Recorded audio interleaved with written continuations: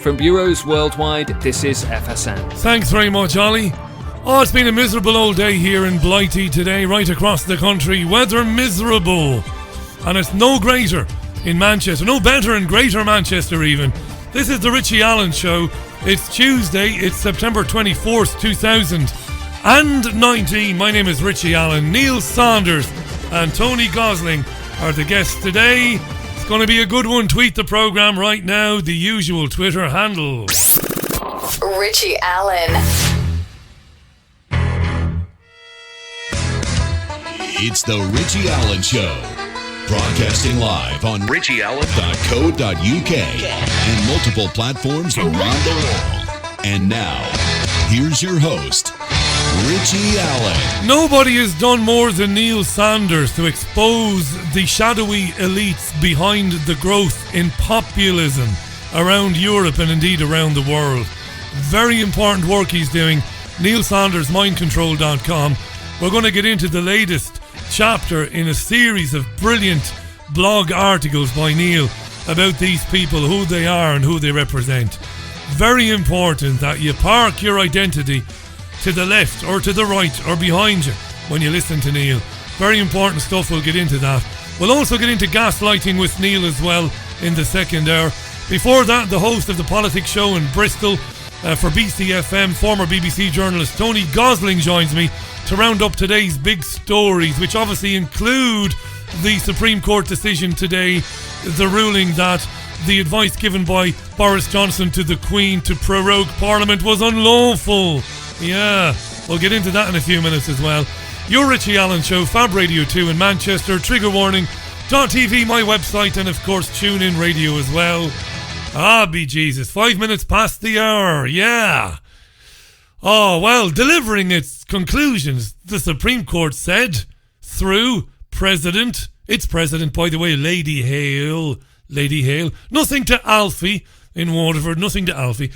She said the decision to advise Her Majesty to prorogue Parliament was unlawful because it had the effect of frustrating or preventing the ability of Parliament to carry out its constitutional functions without reasonable justification.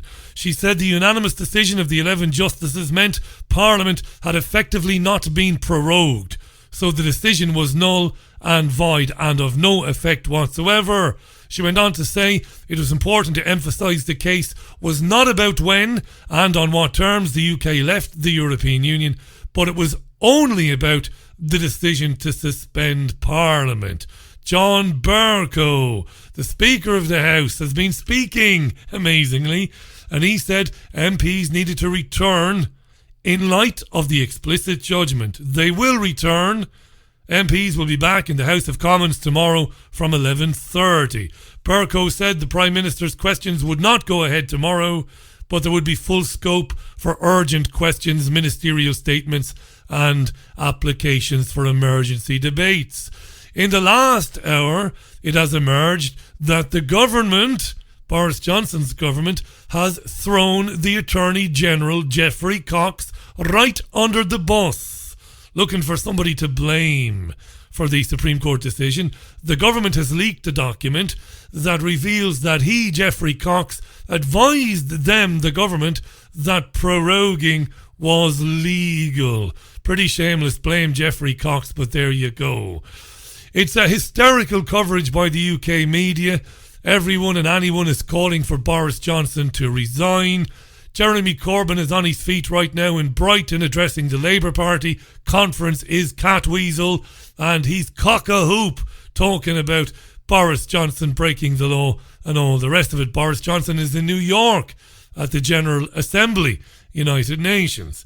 So what happens next? Your guess is as good as mine. But as I've been telling you for 3.5 years, we're not leaving. Not on October 31st or ever. Never! We're not leaving. You know this. By the way, the media isn't journalistic in any sense of the word anymore. It doesn't exist to inform you of a set of facts anymore. I've been on this, I've taken on this as a personal crusade to help educate people about it. This is mine and mine alone. It's become a 24-hour rolling soap opera on in everybody's homes all the time. You know this. The media is not there to report, but to heighten the sense of drama, to pull you in, to make it exciting for you. Like a production by HBO, Showtime or Sky Atlantic. Listen to Kay Burley at 2 o'clock, 3 o'clock and 4 o'clock. Going to play a couple of clips, 2, 3 and 4. This is the media. Hello, a very good afternoon on what can only be described now as an astonishing and unprecedented day in the ongoing constitutional crisis surrounding Brexit. Only be described as an astonishing day. Burley hasn't come on air and said the Supreme Court, it's 2 o'clock. Welcome to the programme. This morning, the Supreme Court decided unanimously that the decision to prorogue Parliament was unlawful. Oh no! No, you've got this garbage. Hello, a very good afternoon on what can only be described as an astonishing and unprecedented day in the ongoing constitutional crisis surrounding Brexit. Brilliant, and she was the same at 3 o'clock because it's entirely scripted. None of it is ad-libbed. This is 3 o'clock. Good afternoon on what can only be described as an astonishing and unprecedented day in the ongoing constitutional crisis surrounding Brexit. The Houses of Parliament and even the Queen. She's not a journalist, she's not a reporter, she's a narrator. And then at 4 o'clock even, she drops in an oh dear. Go on, Kay. Oh dear. Oh dear, she says. Good afternoon. What can only be described as an astonishing and unprecedented day in the ongoing constitutional crisis surrounding Brexit, the Houses of Parliament. Yeah.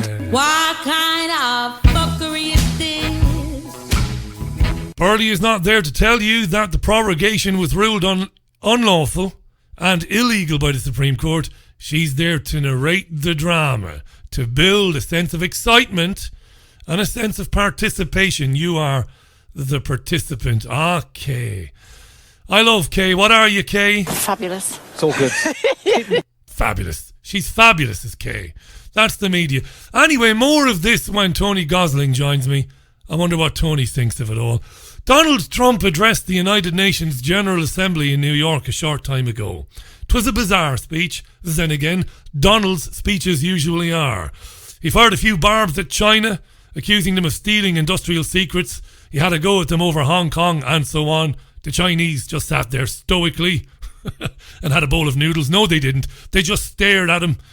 And then he got stuck into Iran and Venezuela. Important this. This is the next thing. War with Iran and the overthrow of the democratically elected president of Venezuela, Nicolas Maduro. Here's the hairpiece on Iran. Listen carefully.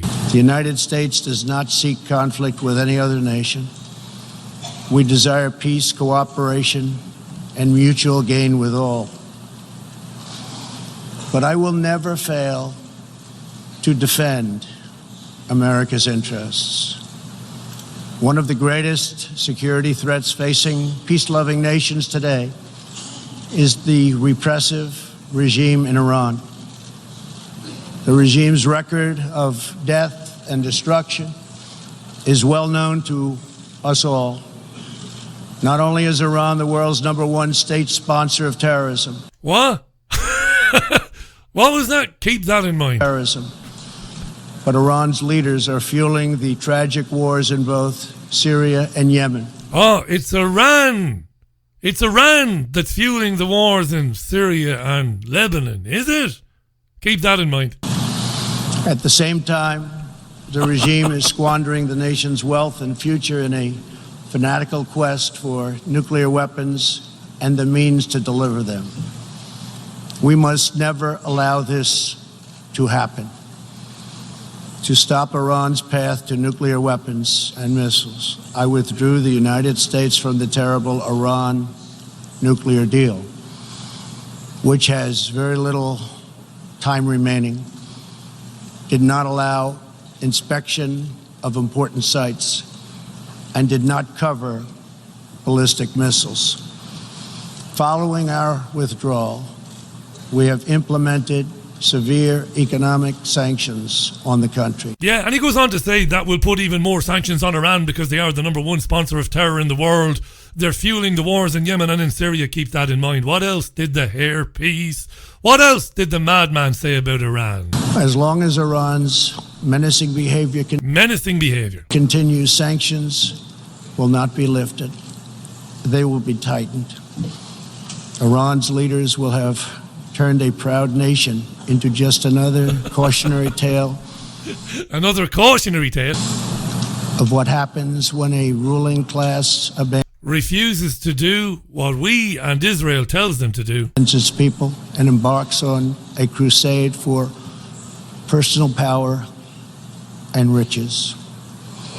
For 40 years, the world has listened to Iran's rulers as they lash out at everyone else for the problems they alone have created. Yeah, they created. Because they overthrew Mohammad Mossadegh themselves, didn't they, back in 1953? It wasn't BP and the CIA at all, no. No, they did it to themselves. Yeah. What else does he say? They conduct ritual chants of death to America. So do I, though. Before I go to bed, I say, and now I lay me down to sleep, I prayed the Lord to destroy America. That's what I do when I go to bed. Well, I don't. What else? And I do. What traffic else? In monstrous anti-Semitism. They traffic in monstrous anti-Semitism. Last year, I thought that was just me. The country's supreme leader stated Israel is a malignant, cancerous tumor. Israel is a malignant, cancerous tumor. That has to be removed and eradicated. I wouldn't remove it and eradicate it now, but I see where the Iranians are coming from. It is possible, and it will happen. America will never tolerate such anti-Semitic hate. No, we'll do what we're told. So that's the flavour of Trump on Iran, and it got me thinking. You know, the biggest sponsor of state terror. It got me thinking, Iran sounds awful, doesn't it? Horrible country, sponsoring terror, killing people, rogue state regime, and all of that. What a shower of bastards the Iranians are, eh? So I thought we'd do a comparison here. And we'd look at the countries invaded by, bombed by, or destabilised by the United States and Iran.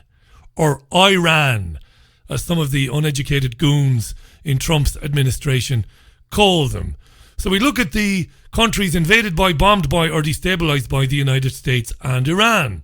Destabilising, my definition is even, trying to effect a coup by covertly arming militants inside a sovereign nation, right?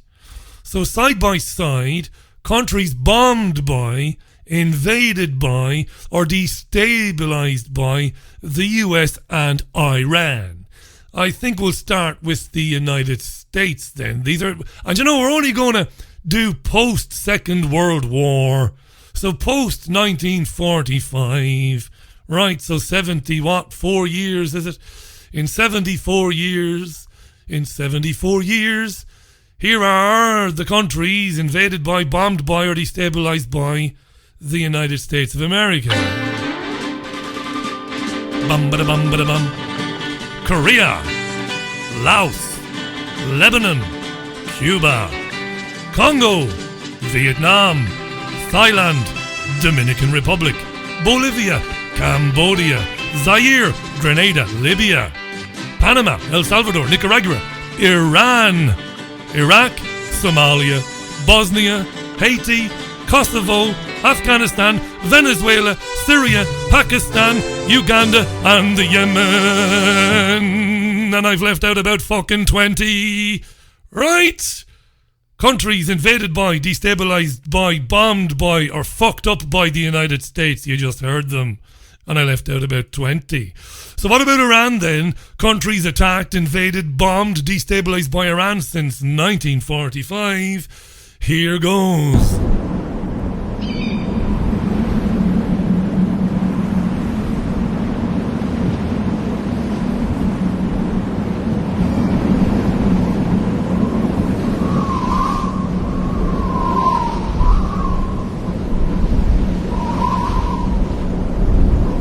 Yeah, that'd be right. None. Zero countries invaded by, bombed by, or destabilized by the Islamic Republic of Iran? 0. Yeah. 18 minutes past the hour. This is where it's all going. Iran, right? Do we have time to talk about Venezuela and socialism? Do we? We don't. We'll leave it for another day, because he's been talking about Venezuela and socialism as well, and about how evil socialism is, Trump. And he did go on to talk about social media platforms, did the Donald.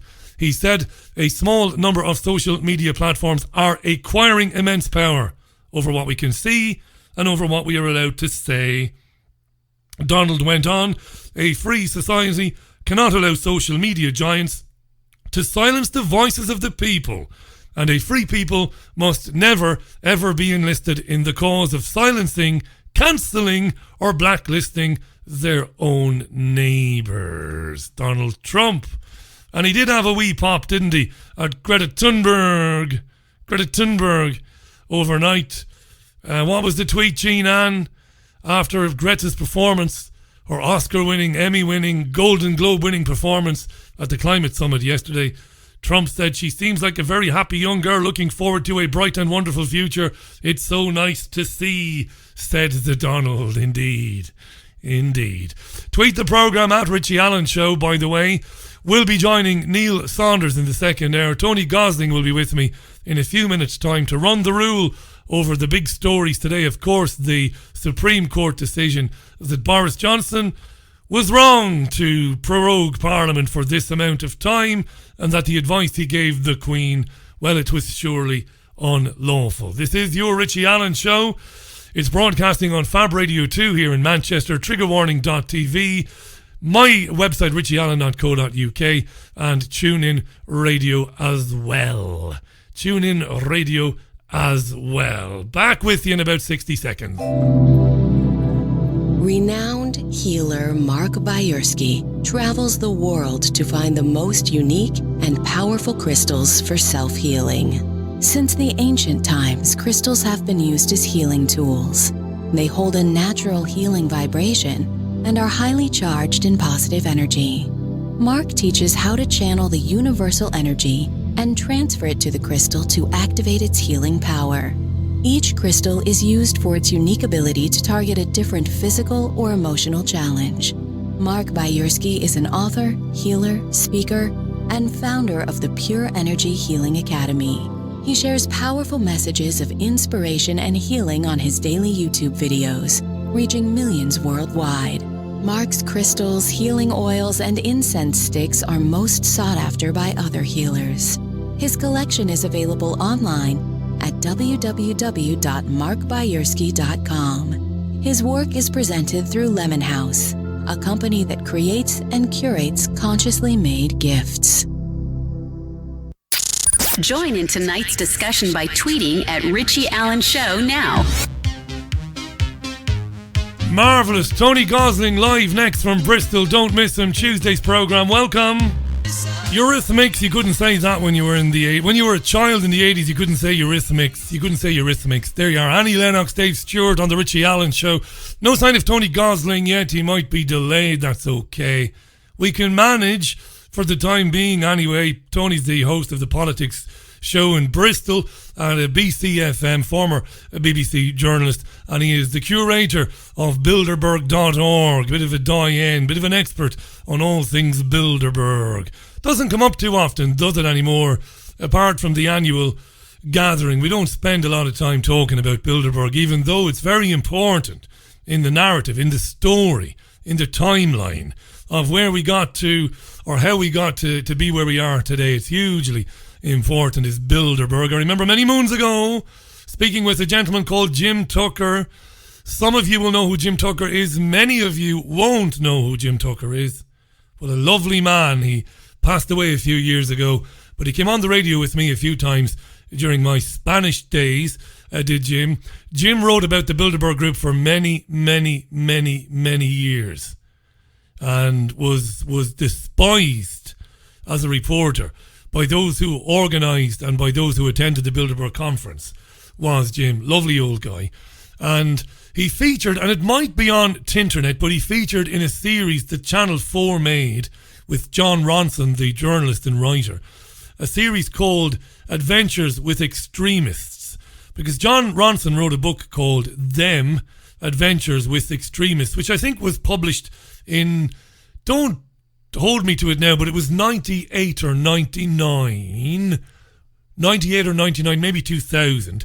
But anyway, when the book came out, and maybe the book was actually an accompaniment to the TV series. I don't know if Ronson wrote the book and then Channel 4 made the series, or if the series came first and the book was to accompany the series. But anyway, it doesn't matter. Ronson went around the world and he met with various people, Jim Tucker being one of them, because Jim was investigating Bilderberg.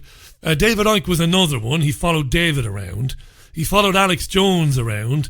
And during one of the episodes of the programme on Channel 4, Alex infiltrated Bohemia Grove, where politicians, presidents, present and past, and selected elite guests are invited for a weekend, Bohemia Grove, for a kind of a getaway, where all sorts of very weird things go on, kind of occult things.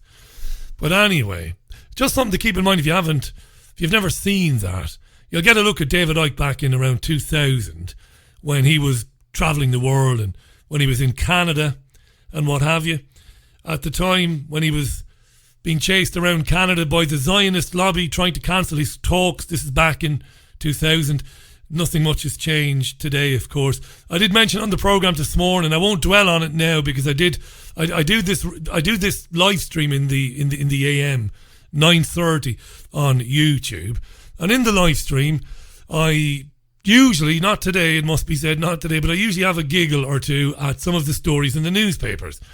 But today it's been reported that Alison Shablow, the woman who was convicted last year and given a suspended sentence for sending a malicious message or an offensive message over a public forum. I've not gotten the language proper. Excuse me. I've not given you the letter of the law there.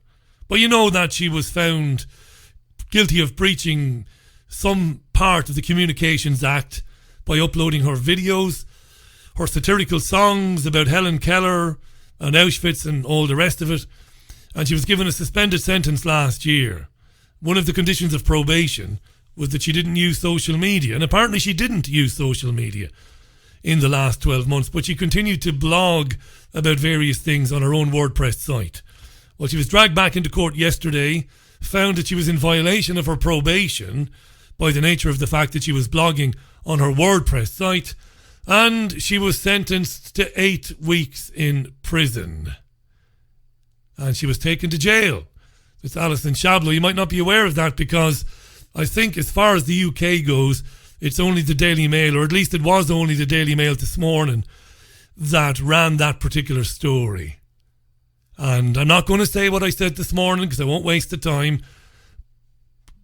except to say you don't live in a free and open society when somebody can be sent to prison. Even though she was given a suspended sentence last year, she was given a criminal record and could be sent to prison for writing satirical songs that might cause some people some offence somewhere.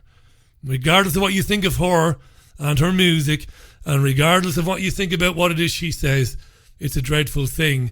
It's a major story, but it isn't getting very much coverage anywhere. I'm pretty convinced that Tony Gosling is forgotten. It wouldn't be the first time that Tony Gosling is forgotten. And that's not to criticise Tony at all. Tony is as eccentric as... I'm not going to finish that sentence. As brilliant as he is, he's totally forgotten about it. He's watching Jeremy Corbyn, or he's been watching him, and he's forgotten that he's doing a live radio interview with me. That's okay. We might get him, we might not get him. If we get him, we won't have as much time with him as planned, because I do want to get into Neil Saunders in the second hour and not just talk about the elite forces behind populism and the far right, but also something which has begun to bug the bejesus out of me in recent times. And that is, and I did get into this morning very briefly, That is, we can't turn on the television, we can't turn on radio without somebody telling us that we're not doing enough to deal with homophobia, to deal with misogyny, to deal with sexism, or to deal with racism. I've asked Neil to consider speaking about this later on. It's like gaslighting people, telling people all the time. It's like psychological warfare on the population. By telling people, collectively, even though as a collective, the vast majority of us are not racist, are not homophobic, which is a ridiculous term, by the way. We're not racist, we're not homophobic, we're not sexist, we're not misogynistic. We just get up in the morning, stagger into the fucking bathroom, as Dolly Parton once sang about so famously, stumble into the kitchen, get out the door, go and do a job that you can't stand, come home, try and spend a bit of time with your family, and then you go to bed. There's no room for homophobia, sexism, misogyny, hate speech, in any of that. There's no room for it. You've got no room. You got no time. I'd love to have time to be racist, but I don't have any. I spend 14 to 16 hours a day on this programme. Even when I'm with the future Mrs. Allen, I'm actually not listening to her some of the time. I'm doing stuff for this programme. So there's no time to be a racist, Father. Are you a racist now, Father? So I wonder, why has so much of this entered the lexicon?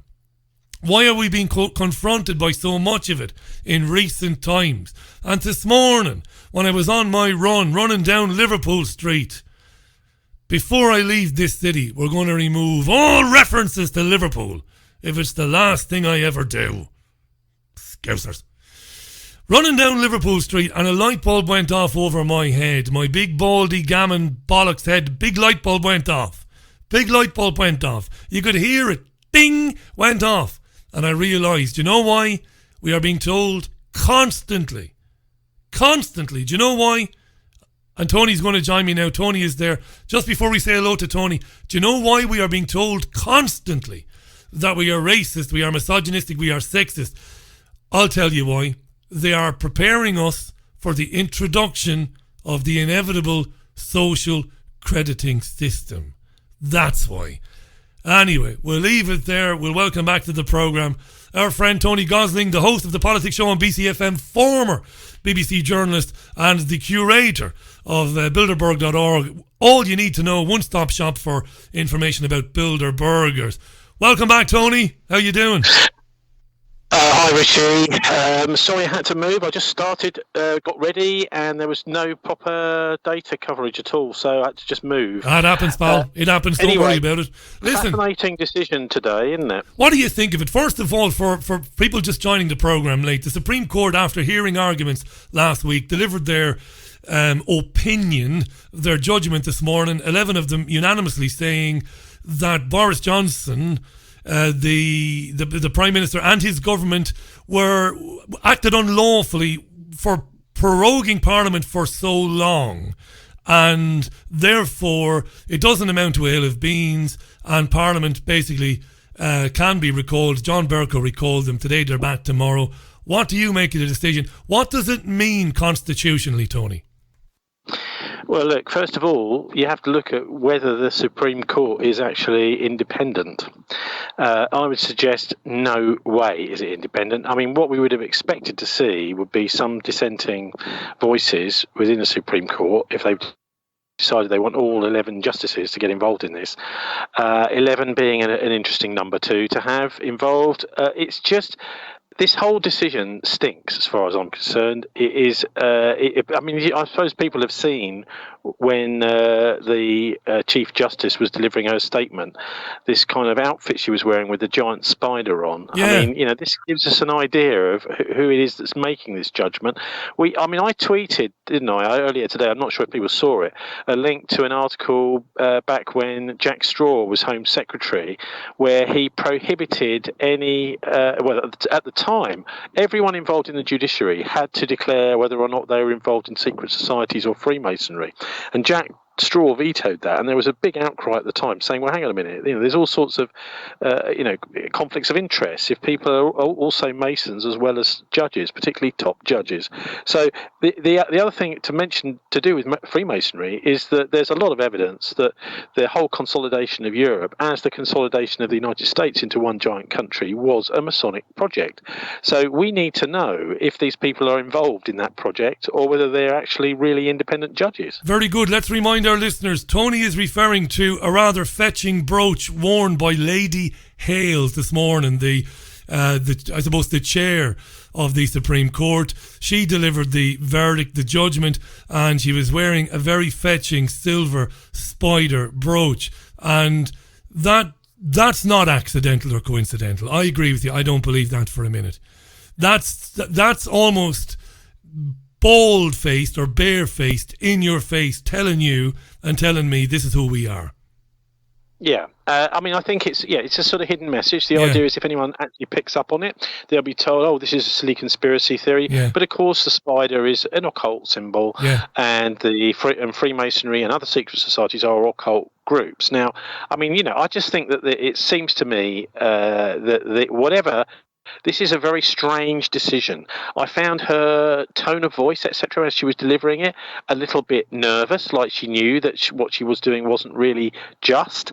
And it isn't just. The idea really here is that what she's been saying is that really re-emphasising that whatever Parliament says goes, Parliament is sovereign. What she's doing is she's actually altering the Constitution, because generally, under the British Constitution, it is the people who are sovereign. The people elect Parliament, and Parliament is supposed to be serving the people. What she's saying is, actually, it's okay for the Parliament to do what it wants. Once they can wangle their way into getting into Parliament, then they can do anything. They can institute any laws they want to. And of course, that isn't really the spirit of the Constitution. The Constitution really is about the people. The people are a sort of backstop. The backstop is the wrong word to use. Sorry. The people are the actual sovereign, and that's what democracy means. And therefore, what she's done, I think, is just completely wrong. And the other thing is that Boris is. Look at the timing of this. Just before Jeremy Corbyn's main speech at the Labour conference, and they will be bringing Parliament back just before the Conservative conference starts. So it's not normal to have Parliament sitting, as I've known for many years. I've been covering it during the party conference season. But what this judgment has now said is that Parliament is coming back, even though the conference season is in full swing. We have a month of conference season, starting with the Lib Dems and ending 4 weeks later with the Scottish National Party. But now, apparently, just after the Lib Dems and the Labour Party conference is finishing, then Parliament is going to be recalled. And this is really going to mess up the Conservative conference, of course. So the idea is that this is a kick in the teeth for the Tories, because they're the Brexit party. So they've done everything they possibly can to wreck and ruin any opportunity to do what the people decided in 2016, which is to leave the European Union. Exactly as, for example, the Catalonians wanted to leave Spain. The Venetians are beginning to get very strong campaigning to leave Italy, for example. This is what's happening because there's concentration of power in the centre, in Brussels, as the French Gilets jaunes have been pointing out, and people have decided they've had enough of it. But of course, the oligarchy isn't having any of it. They're going to fight to the last drop of blood to keep their power and to keep their oligarchy. And the biggest unions in the country have thrown their weight behind the Labour Party. Well, of course they support the Labour Party, the unions, but they've basically said they agree that the Labour Party should campaign to remain in advance of any second referendum or even ahead of a general election. Now, I'm a working class kid from a working class council estate. My family, many of them worked in factories, Tony. Not only in Ireland, but many of my family came over here and worked in factories. They're trade unionists to the bone. That's incredible and leaves me incredulous that trade unions can turn around and say, let me let's stay explain in. why that is. I think there's been a lot of lobbying, and some of it is justified in the trade union movement, saying that the EU guarantees workers' rights better than the British Conservative governments have done. And there's a lot of truth to that. I don't agree with this. This is an EU-wide law, and the fact is that, say, for example, if the Labour Party was to gain power with no Brussels laws to be able to do what they wanted, then you would see a massive increase, a much bigger increase in the rights of workers in the UK. So what they're doing is they've swapped their position. For many, many years, the EU and the left of the Labour Party were campaigning as people like Tony Benn, etc., campaigning against the EU. And Michael Foot, the Labour leader, this all changed when? It changed when the leadership of Neil Kinnock, the diluted Labour man who completely failed and destroyed the Labour Party in many ways, got rid of Clause 4, which was about nationalisation, and turned it into a neoliberal party, which was then taken over by Tony Blair. So that is the route that the Labour Party went down when they've decided slowly over the years to become pro-EU, Richie. Yeah, I agree with you. I disagree on what you said about workers' rights, Tony. It's impossible because of the makeup of the European Union for British citizens to do anything about workers' rights. At least, I mean, we know that democracy is dead in this country, it doesn't exist, but at least here you've got more of a chance of doing something about your working conditions than depending on the European Union. That's what I would argue. But look, we've had this discussion, you and I, before, and I respect your point of view. Tony Gosling is our guest, the host of the Politics Show on BCfm. Crazy day this. What about Jeremy Corbyn? Is Jeremy Corbyn going to be the Labour leader at the next election? His position must be in dire straits at the moment, is it? Yes. Well, I mean, basically, he's not really his own person anymore, is he? No. Everything he seems to say is totally... I mean, he's spent 30, 40 years in the Labour Party, many of those as an MP, campaigning against the European Union. He's called it many, many times a boss's club. We're having nothing to do with it. As soon as possible, we're going to get out. And now he's in the position where he's surrounded by his Blairite MPs. He is being forced to do the opposite. You know, what they're talking about, interesting, they're always going on about, the Boris is totally anti-democratic by proroguing Parliament. No, you are anti-democratic, Jeremy Corbyn, by going into the last election, saying you'd honour the result of the referendum and then doing totally the opposite, the complete and utter opposite. Now they're moving towards becoming a Remain party competing with the Europeans. They're just doing everything they possibly can to delay. You know, this is the Martin Bormann. He was Hitler's secretary. This is his style of politics. What you do is you agree, you make a great big fuss about saying yes, that's fine, and then you slowly introduce obstacles. That was the Bormann way of doing things with Adolf Hitler. But that's what they're doing with the British people. The Labour Party have said, yes, we agree, we will honour your decision, and then slowly but surely they've said, we're really, really sorry. We just can't do that, we can't do that. And now they're even fighting shall have a general election. So it's quite obvious what's going on. This is all just delaying tactics, both from the Labour Party and, of course, from the Supreme Court today as well. And anyone that thinks that these people are independent, well, they need to pinch themselves because, of course, the top judges are not independent. None of these lawyers get out of bed for less than £1,000 an hour, and this is what drives the judiciary in Britain today. It's nothing to do with justice; it's money, and they will not even start moving. So, who's behind all this? It's Gina Miller. This amazing woman. Who is she? She's just come in and paid a whole load of solicitors to bring a court case, which most ordinary people can't do anymore, because Kenneth Clark, the Bilderberger and pro-Remainer, cut off all forms of legal aid. So she is just, with her moneybags hedge fund dosh, not even from Britain, has decided to overthrow the decision of the British people once more. So we're dealing in a running fight, Richie, really, a battle of hearts and minds, anything to delay and stop Brexit. And of course, Boris is going to do whatever he can, and the people around him, to actually carry out what the people said. But whether he will be able to is anyone's guess. Right, here's my tuppence worth on the future. I want to get your thoughts on this. Tony Gosling is our guest. Thisweek.org.uk for more on Tony. Bilderberg.org. Right, this is what I think. It was never going to happen, Brexit. So forget about that. It was never going to happen anyway. It isn't going to happen. I believe... Well, exactly what Karl von Habsburg said, and I have said this before on your show, Richie, but everyone should know this. They don't, of course. The mainstream media don't report it. The guy he is the successor to the Habsburg Empire, which was gotten rid of in World War One. But he's Karl von Habsburg. These European aristocrats still own all the property and all the land and all the money that they own. They just aren't supposedly in charge anymore. And he started in Munich, Germany, in the 1920s, this thing called the Pan-European Union. Or he didn't. His forefathers, his successors did.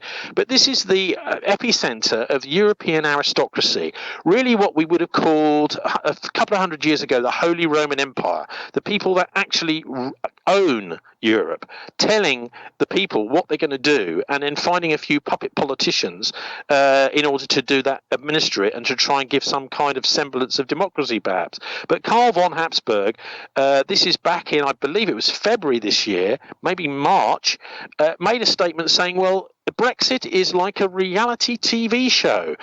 It's extremely entertaining watching Britain try to leave. And we know they can't. This is your take, I guess, Richie. We know they can't, but it's entertaining watching them try. Entertaining watching them try. So I look into the future, into the very near future, and I see civil unrest. I really do. I see civil unrest that will be, I'm not saying it'll be apocalyptic civil unrest, but it'll be violent, and it'll be something that maybe we haven't seen since the miners' strikes. I see that. I see the right being mobilised, to get out there. And I also see that, and this is where I put my tinfoil hat on, I see that as being part of some elite agenda as well, to get riots on the street, because out of that chaos... Yeah. Right, go ahead. It could well be. Of course, that sort of thing, if it happens in the States, gets extremely bloody because you've got an armed population. Another thing to say about this decision today, though, is, of course, it sends a very strong message to the UN General Assembly in New York, which is just convening.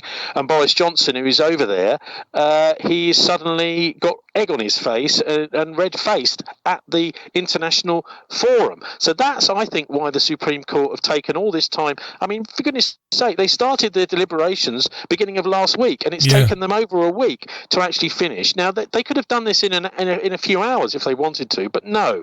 They've understood, well, we can get a whole week of headlines out of this, and also we can choose the timing of our final pronouncement to make it as impossible and awkward as possible for Boris and the Remainers. And so that's exactly what they've done. The Queen's speech, by the way, Richie, very few mainstream commentators have pointed this out, is usually in June, right? So we still haven't had this Queen's speech yet, and that was delayed by Theresa May deliberately to create this situation we've got now. I just think we're looking at a staged, managed problem for Boris, basically a stage managed disaster for him, which he, to be honest, is looking like a bit of a rabbit in the headlights. Good God, man, I didn't realise being Prime Minister could be this awful. I mean, he's tried to call a general election, bless him, but Labour and the Lib Dems have stopped him. So can I explain that, Tony? Can I explain that? Let me explain that, because I've had a load of questions. Let me just explain that. This is important, not to be cutting across you. But a number of people have asked me, why are we not having a general election? The answer is quite simple. Because of the Fixed Term Parliament Act, which says that Parliament has to see out its 5-year term and can only be... early elections can only be called in the event that the government has a 2/3 majority in the House of Commons. That's the Fixed Terms Parliament Act, and he can't get the support. Well, Corbyn could do that. Yeah, but Corbyn doesn't want an election. To call one. Well, you know why Corbyn doesn't want an election? Because he will lose badly. Corbyn's polling at about 11% now, particularly in working class areas. The best suggestion I've heard, and I think the Tories should do it, is they should call a confidence vote in themselves. Don't leave it to Corbyn to do it, because he's never going to do anything. Never going to do anything. And in the meantime, what we've got is yes, like you say, preparing a situation of potential unrest on the streets. This is what the Supreme Court is doing. They're not delivering justice at all. Tony Gosling is our guest, thisweek.org.uk, the politics show BCfm. You've got to listen to it if you haven't checked it out before. Good to have you on, Tony. And we've got about 10... Another angle, quickly. Go ahead. Is treason. Now, remember, this is all about British sovereignty. British sovereignty is in the process of being wrested way, as it has been ever since the Maastricht Treaty, which is what Mrs. Thatcher was booted out for trying to stop. She said famously, I refuse to hand over this sovereign nation to 13 unelected bankers, and she was booted out by Heseltine and the rest and then John Major came and signed the Maastricht Treaty. But the Maastricht Treaty and the Lisbon Treaty are really about assigning sovereignty. So this is a matter of potential treason. So people who are involved in covertly stopping the British people and the British country and attacking the Constitution in this way are potentially could be prosecuted for treason. So this is one of the reasons I think that these people have got very, very well organised, very close together, almost cult-like in their attempt to sabotage Brexit, is because they know that if Brexit goes ahead and succeeds, potentially some of them could be liable for treason, which is the only offence, as far as I know, still on the British statute book, which carries the death penalty, Richie. It certainly does. This could also be concentrating their minds. While all this is going on, Tony, we'll go to the top of the hour with your permission, and then we'll move on. We'll go to the top of the hour. While all this is going on, you mentioned the General Assembly in New York City. Boris Johnson is there. Donald Trump is there. Trump's address, and I've heard many US presidents address the General Assembly. I've heard many secretaries of state address the United Nations and say some pretty dreadful things. Trump's comments today about Iran and Venezuela, well, it's war footing stuff, Tony. Have you been listening to any of it today?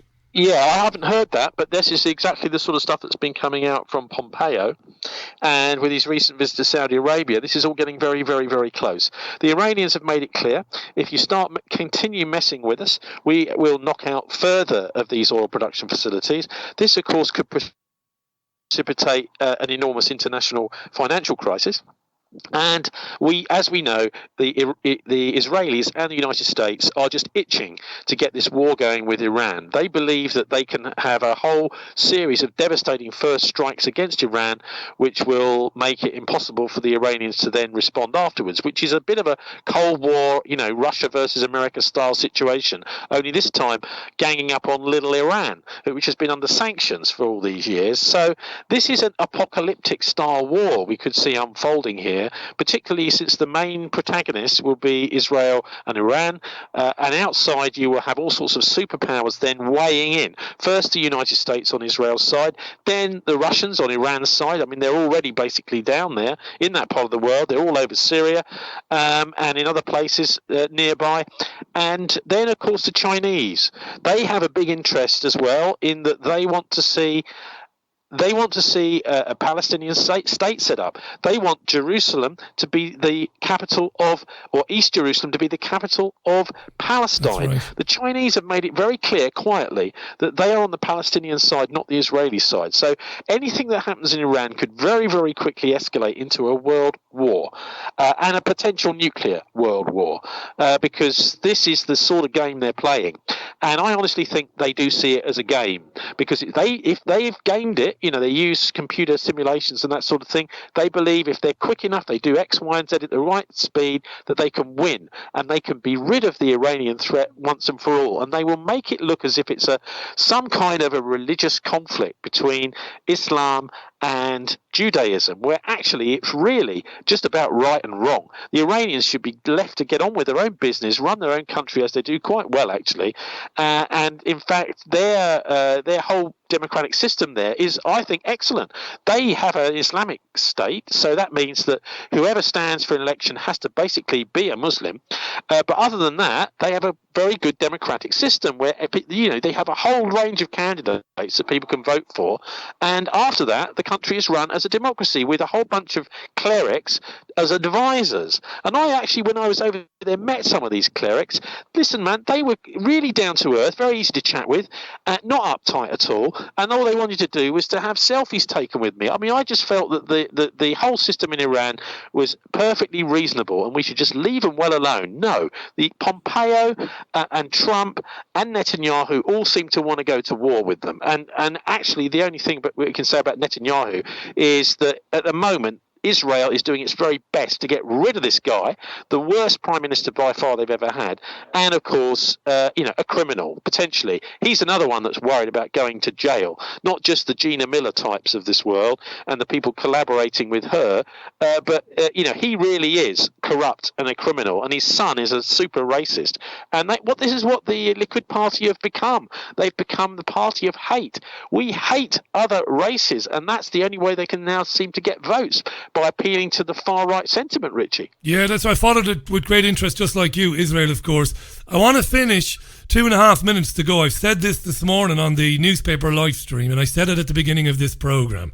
I don't care what anybody thinks about the music of Alison Shablo. I don't care what anybody thinks about the comments made about Israel and about Germany and about the Second World War by Alison Shablo.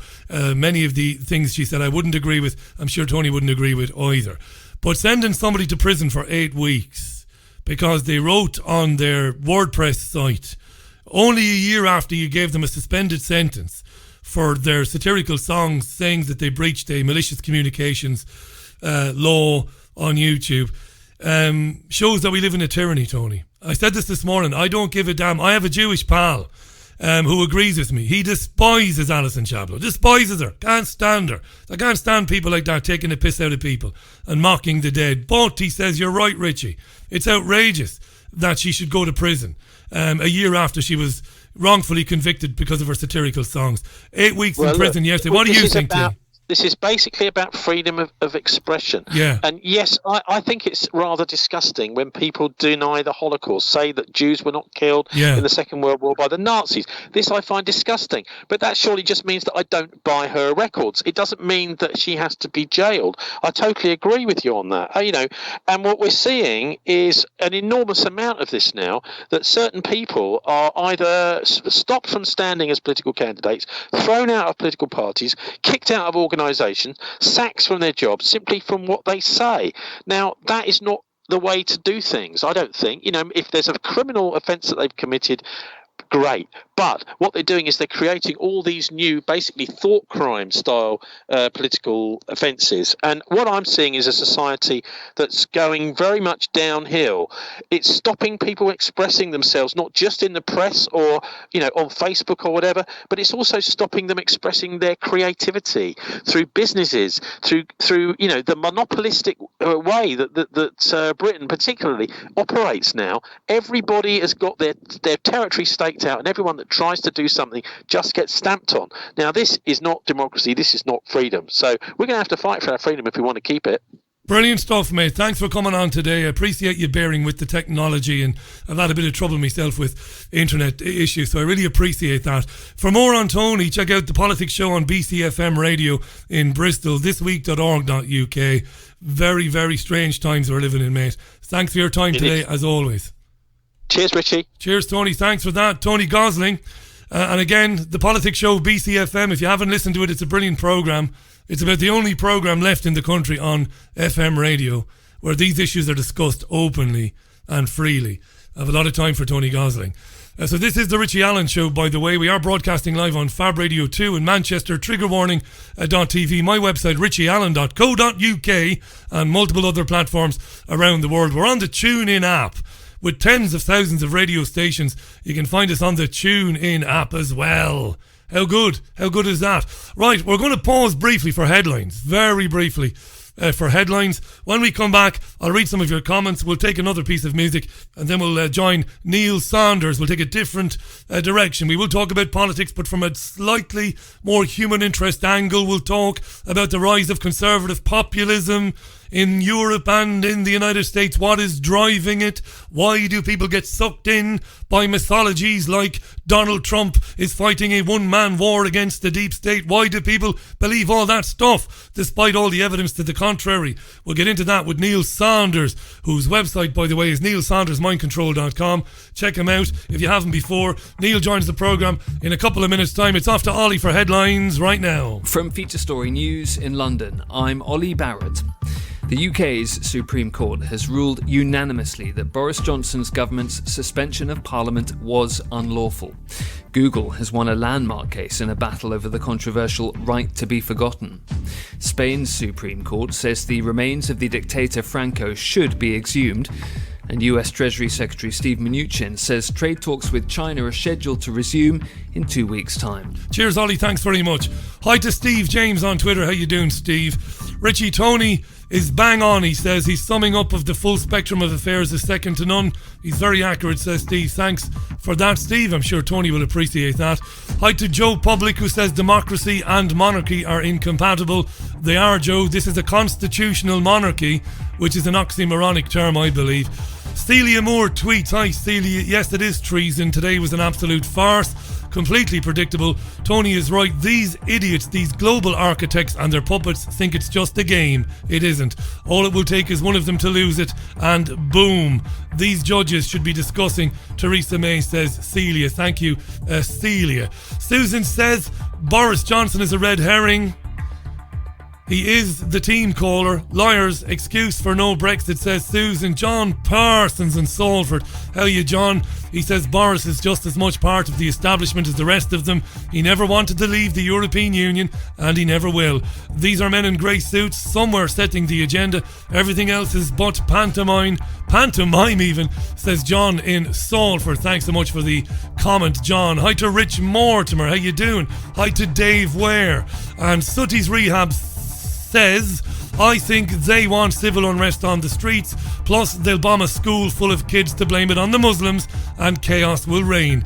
They let it go on for a few months before bringing in European Union troops, martial law and one-party state, in my honest opinion, says Sooty's Rehab there.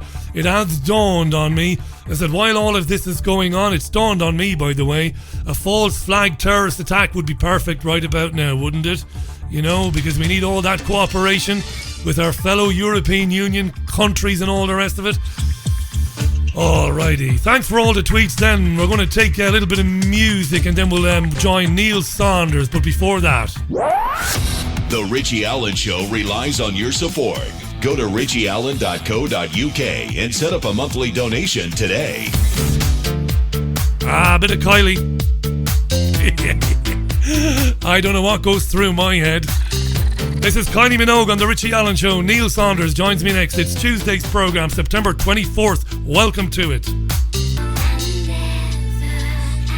That is for the LGBT listeners to The Richie Allen Show. That would be LGBTQ plus or something like that. Kylie Minogue, much beloved by the LGBT community, if there is a community.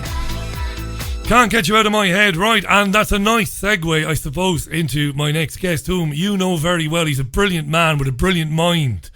Among his many talents, he's a hypnotherapist. He is an expert on mind control, and he is a bloody good writer to boot as well. Before we welcome him back to the programme, let me sum up, I think, what I've tried to say for the last couple of years about leaving the European Union.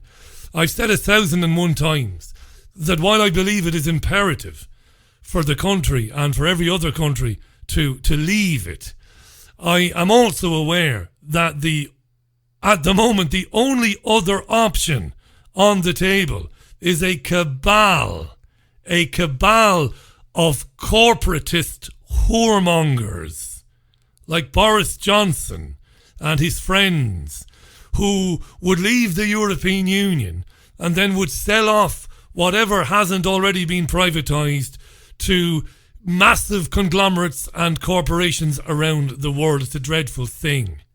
And I'm really grateful for Neil Saunders, because in the last couple of years he's been investigating the men and women, the shadowy figures behind the emergence of some of the biggest personalities on the alternative right, and also those who are maybe not so big in terms of their personality, but who have had a big influence on the rise of populism, that's right-wing populism, in Europe and in the United States and around the world.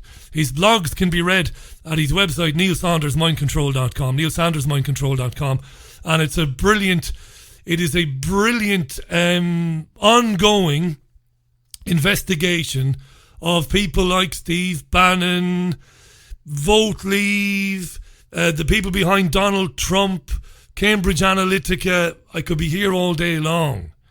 It's a wake-up call for those of us who are so desperate to leave the European Union that we're glad to commit our souls into the hands of people like Boris Johnson. But his blog is much more than that. It's essential reading, and I'm delighted he's back on the programme today.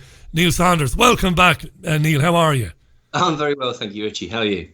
I'm good. The head's kind of spinning with everything going on today, but I don't want to dig down into that with you and get into the semantics of the Supreme Court. That being said, I'm not censoring you. You can talk about whatever you want.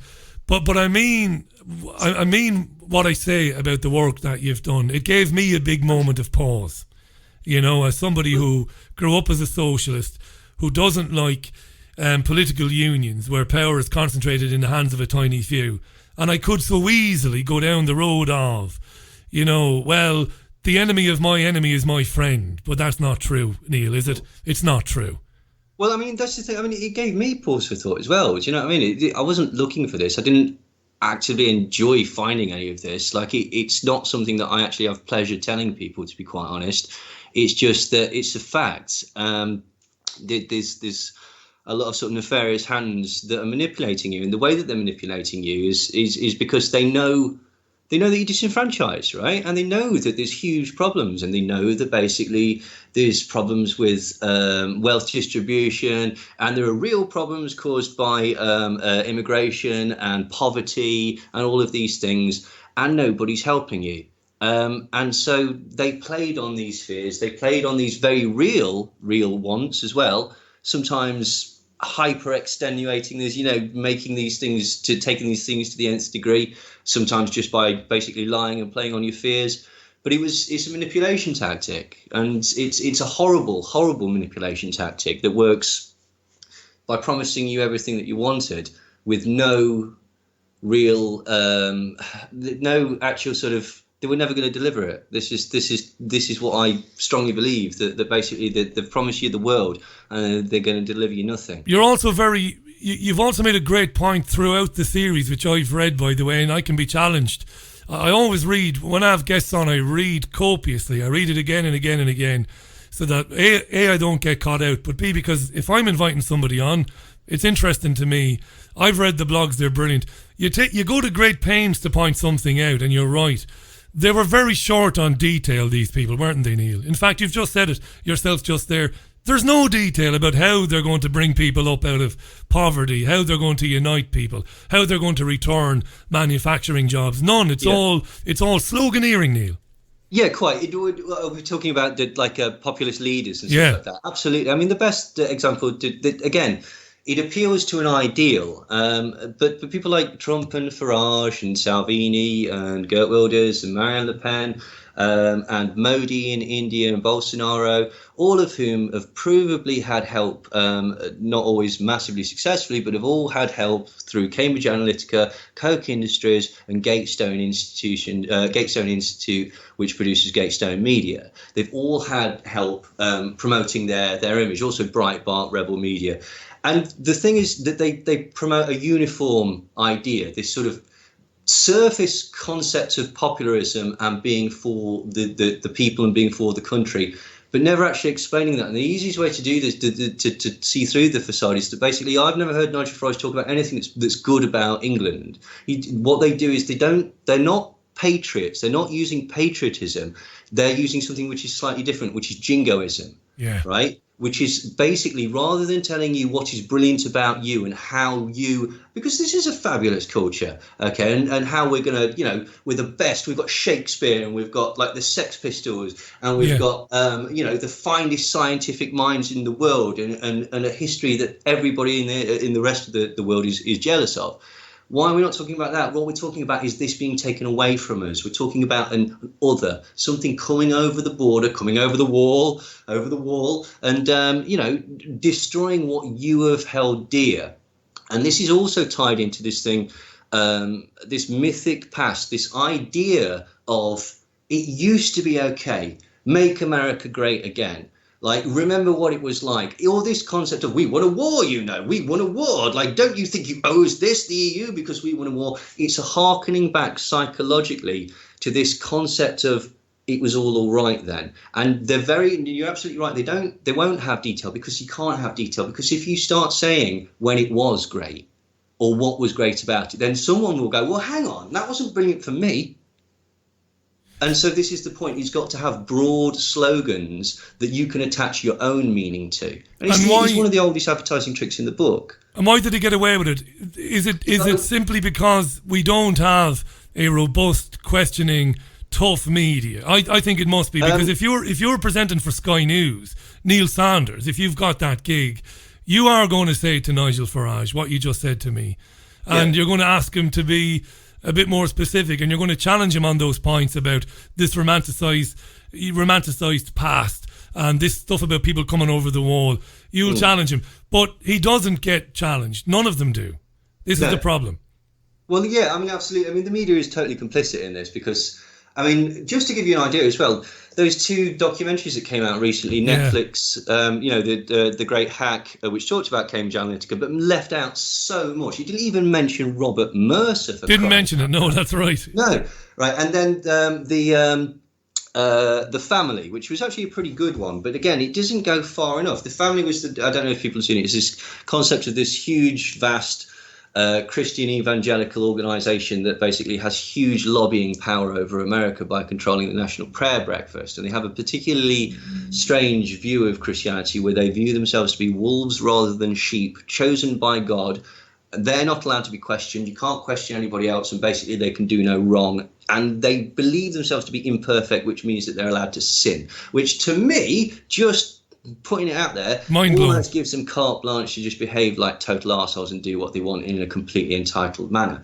Anyway, they've been involved in every single presidency since the dawn of presidencies. They have a huge and terrifying amount of power over American politics and American foreign policy, and even abroad. And the thing that particular documentary left out was that Doug Coe, who is the founder of the Family, the C Street Group, whatever you want to call them, the Fellowship, who wields all this power, his mentor was Billy Graham. And Billy Graham is the CNP. Preacher. Now, the CNP is the think tank that is more secretive than the Heritage Foundation, which we have talked about. It's, again, hardcore right-wing Christian. They hate everybody that's not rich, white, Anglo-Saxon, Protestant. They hate you if you're poor, they hate you if you're black, they hate you if you're gay, hate you if you're an immigrant. They're not massively keen on women, but they have their place. This was started by Tim LaHaye, who is the guy who is behind the Left Behind series of books, the concept about the rapture, and also with Nelson Bunker Hunt, who was an incredibly wealthy oil man, and then with people like Paul Weyrich and Ed Forner from the Heritage Foundation. And members of the CNP include Steve Bannon, Mike Pence, Kellyanne Conway, the Mercers, Billy Graham, as I said, Ron Paul's a member, various other people. So I forget, but it's all on my blog. It's all in the blog, Neil. It's all in the blog. It's brilliantly detailed. I want to ask you, do you think these people passionately believe in this stuff? I mean, this very kind of conservative, bordering on extreme interpretation of the message of God. You think they really buy into it, these people? Well, I think they buy into it in as much, right up to the point where it gives them power to do anything they want. They're not religious people. It's a total mockery of religion. It's utilising religion in the very, very, very worst way. And it's a complete bastardization of the whole doctrine of Christianity. And they've weaponized the Old Testament, haven't they? Oh, totally, yeah, absolutely, completely. I mean, again, they're using it as an excuse to basically do whatever they want, as a justification for their actions, and it's appalling, and it has very little to do with actual religion. And I want you to talk, again, folks, read the blog, go to neilsandersmindcontrol.com and do read it. It'll take you some time, but it's excellent, right? Like I said earlier on, park your identity, whatever it is, and just read it, and cross-reference the information, and it's absolutely true. So, remind my listeners, whom I think it's fair to say a large body of my audience would be sympathetic to my position that we should get rid of political unions and fiscal and military unions, they would agree with me. Reminds them of what these people would do or would have done with the country if they were to get their way. So imagine next week or next month, I don't believe it'll happen, but just imagine that we walk out of the European Union, we leave it, and we don't have any deal whatsoever. We are severed from all of the pillars of membership. We are gone, and we are in the hands of the people behind Boris Johnson, the people behind Salvini. What happens then? Well, it would seem that, and this is something I've been sort of suggesting for a long time, that the whole point is disaster capitalism. There's several sort of fronts to it. One is to basically do a trade deal with America, which would actually, rather than take back control, we would have to abide by American standards. So FDA rules on medicine, FDA rules on food, FDA rules on trade. And it would be totally favourable to America, because why the hell would they not? They've got an America first position. On another level, it boils down to, as I say, disaster capitalism. And is the first thing is that if you go out on a no deal, essentially what you're doing is imposing economic sanctions on yourself, right? Economic sanctions is what you would do it's a tactic of war. It's what we're currently doing to Iran. We're limiting their ability to trade for a time with people, which stops the influx of goods, the outgoing of goods, and so the income of money. It also causes massive problems in infrastructure because there's shortages of medicine, shortages of different things like that, and it reduces the value of currency, so inflation goes up and people's money is worth far less. That is essentially what we're doing by having no deals at all. Right, you're putting yourself in a position that no country has ever done before, except briefly Mauritania, and even they have a bilateral trade agreement. Now, of course, we can start making trade deals, but we're in a position of incredible lack of power or anything to actually trade with, and they take years and years and years to ferment, which would mean that we're in a position where essentially we might be browbeaten into taking a bad deal just for the sake of stopping this sort of economic turbulence. Now, another way is that basically when the when the referendum and the Leave vote was announced as the winner, by strange coincidence, all the people that were actually connected and financed the Leave campaign, Lord Bamford, Crispin Odey, various others, I forget the names, here we go, Peter Crudis, John Moynihan, John Wood, Robin Burley, David Lilly, Philip Harris, all of these sorts of people, like billionaires, hedge fund owners, a lot of them, they shorted the pound. Now, this was also done by Nigel Farage. Now, everyone I'm sure is familiar with the Amschel Rothschild story of basically running back from Waterloo, running back from Waterloo and telling them that they lost, which meant that the pound just devalued, which meant that the Rothschilds were able to buy up a huge amount of the Bank of England. Now, that's exactly what Nigel Farage did. He knew that the Leave vote had won, and he went on television when it was broadcast in 125 countries saying that they'd lost. He did indeed. Which was illegal. He did, yeah. And all of those people who financed the Leave campaign, they shorted the pound and they made millions and millions. Crispin Odey made £220 million just off that. Basically, they also campaigned on the idea that they didn't think that they were going to win.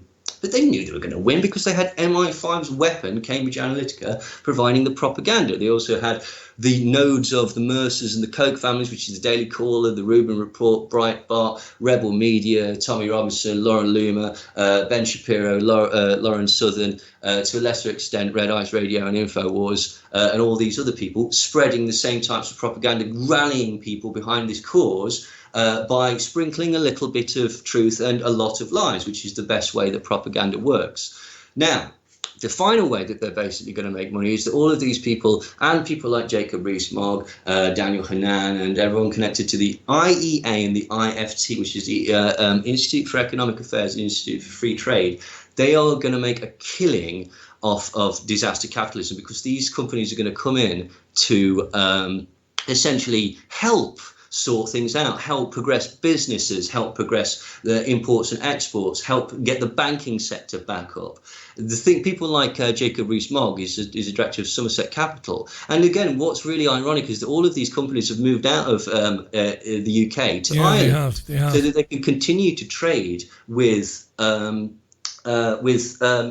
EU. Now, it's recently come to light that basically these very same people who were financing the Leave deal put enormous put options on the idea that we were going to leave on no deal. There's been something like £13 billion. Yeah, brilliant work. That's right. Yeah, but we're not going to leave with no deal, so they're going to lose that money. Well, they might. We'll have to wait and see. But what that certainly shows is that was probably their intention from the start. You've got me thinking now. Let me back up a second here, because I want to talk about this sanctions you talked about, because this is important, because you've given me an idea. Neil Saunders is our guest. Neil is a renowned hypnotherapist, writer, and producer. Neil Saunders, mindcontrol.com. Neil's a musician as well, by the way. You can see Neil in a brand new, outstanding film, which is made by Brick in the Wall Media. Richard Willett was a great guy. It's fronted by Jonathan Ryle, who was on the programme. You can see Neil in it. It's called Extreme Danger, Extreme Hypnosis. I recommend you check it out. I really do.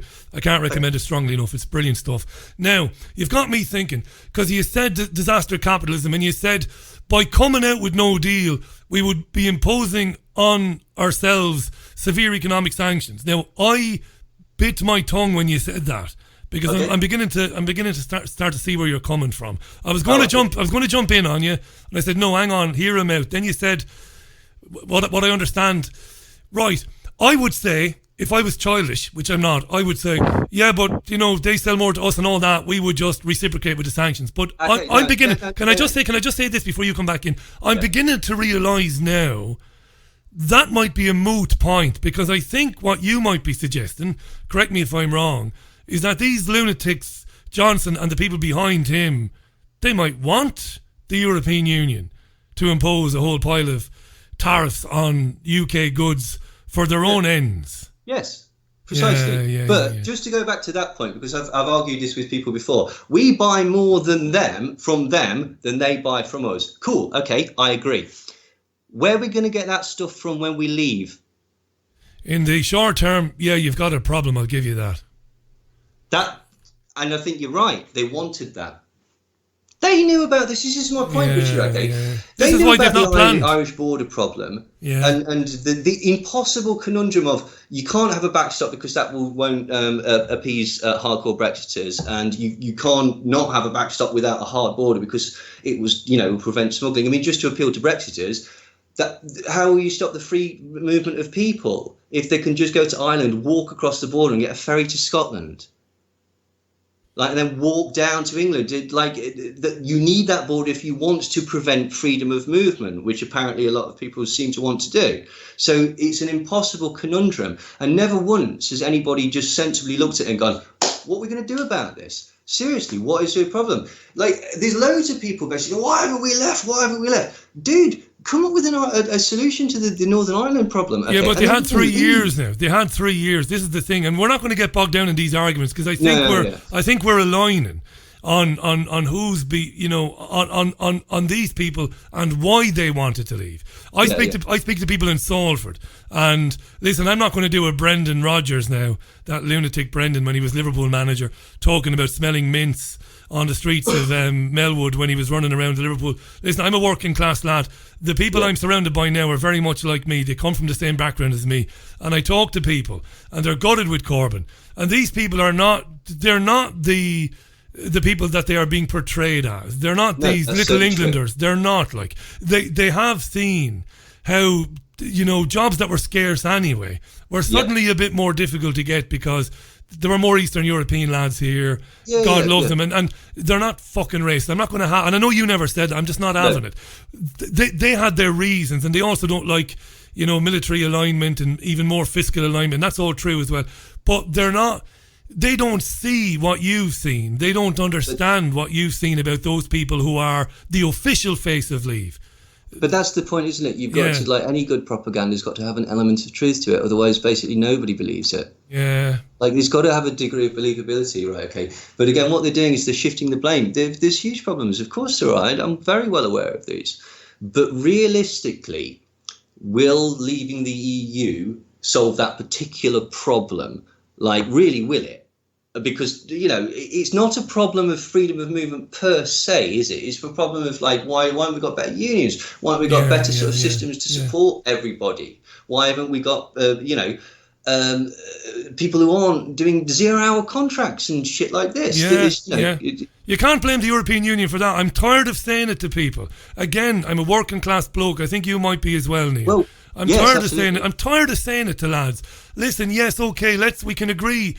I'm not saying you and I can agree, but I can agree with my friends. The European Union is terrible. It's tyrannical where it wants to go. But the loudest voices for leaving the European Union, they're just as fucking bad as what the European Union... They're going to do what the European Union is doing, but they'll do it to you quicker and they'll do it to you harder.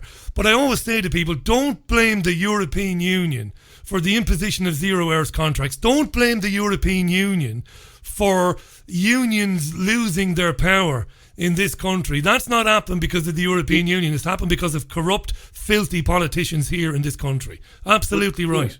100%. And that was the problem as well. That so many points of the Leave campaign were problems that are actually caused by the British government and could be solved by the British government and had absolutely nothing to do with the European Union. And that's what's really, really galling as well, is that basically the problem is that, again, these particular problems aren't going to be solved. And it's manipulative and it's cruel and it's wrong. Hey, listen, before I ask you about Greta Thunberg, I've got to ask you. You of all people, it's great that you're on the programme today. Before I ask you about Greta, it won't be any loaded question. Okay. I know you're a bit cheesed off that Vote Leave and Aaron Banks were they were absolved of any wrongdoing. I expected it, because the first case was basically they said they definitely broke the law. We haven't got enough evidence to prosecute them. And the reason they haven't got enough evidence is what everybody knew, or if you read my blog, is that all the evidence is in Canada in aggregate IQ, so they can't get it. So I didn't expect that to happen anyway. And the most recent case that has sort of collapsed today was the suggestion that basically he got the £8 million from a Russian source because he was basically gifted a diamond mine. And again, if you people have, I know you know this, but I'm just pointing out that I've been saying throughout my blog, I don't buy the Russian crap. The Russian crap, the Russian interference and stuff like that was tagged onto the back of Cambridge Analytica. I think that the Russian thing is a red herring so that people don't realise it was MI5's the CIA and to a lesser extent Mossad. Absolutely right. Neil Saunders, mindcontrol.com. You've got to read the blog, people. You know, you might be the most committed Brexiteer, but you've got to know who you want to hand your soul to at the end of it. You really have to understand. And to be fair to me, I've been saying that since forever and ever. You know, don't put all your eggs in the basket of Boris Johnson and his backers. These are dreadful, awful people.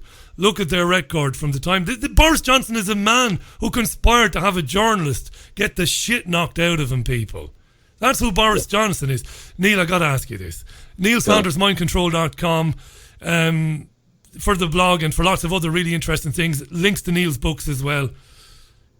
Greta Thunberg, Neil. I was watching Greta yesterday, and again, neither of us are virtue signalers, but we would agree it's not nice for people to be saying things about the kid. I put out a tweet earlier. I haven't seen this amount of vitriol aimed at a child by grown men and women since ridiculous. The Phantom Menace came out. Yeah, exactly.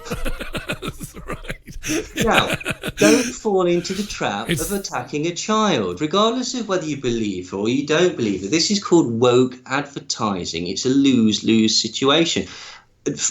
Debate her points, debate her arguments. Don't use ad hominems, because then it doesn't matter how good your argument is. Terrible. You're the person with a good argument that bullied a child. 100%. And is that a dirty tactic? Yeah, of course it is. Right, but don't fall for it. Don't stoop yourself to their level.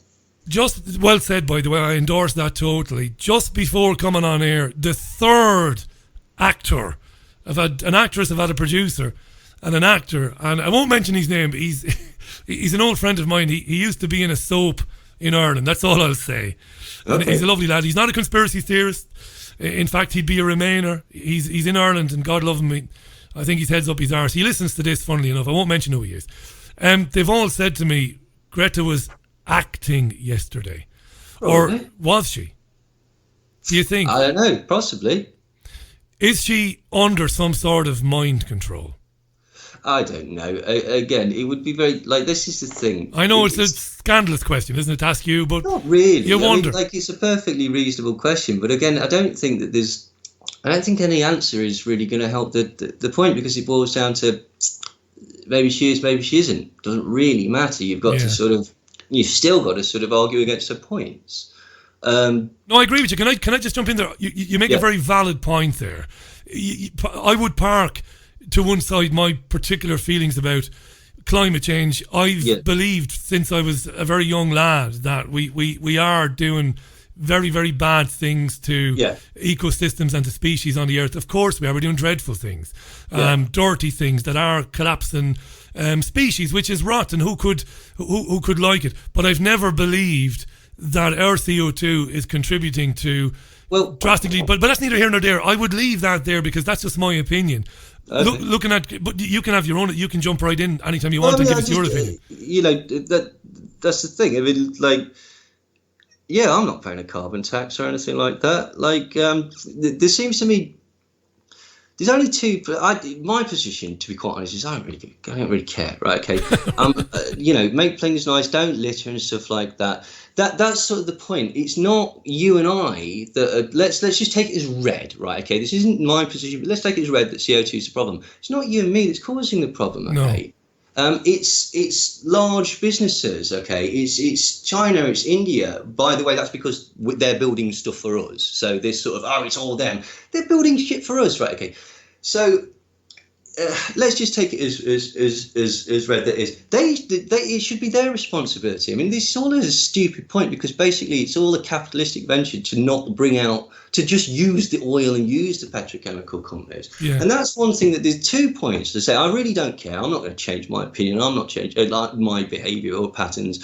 I'm not going to pay a carbon tax. There's just 2 things that just don't sit right with me.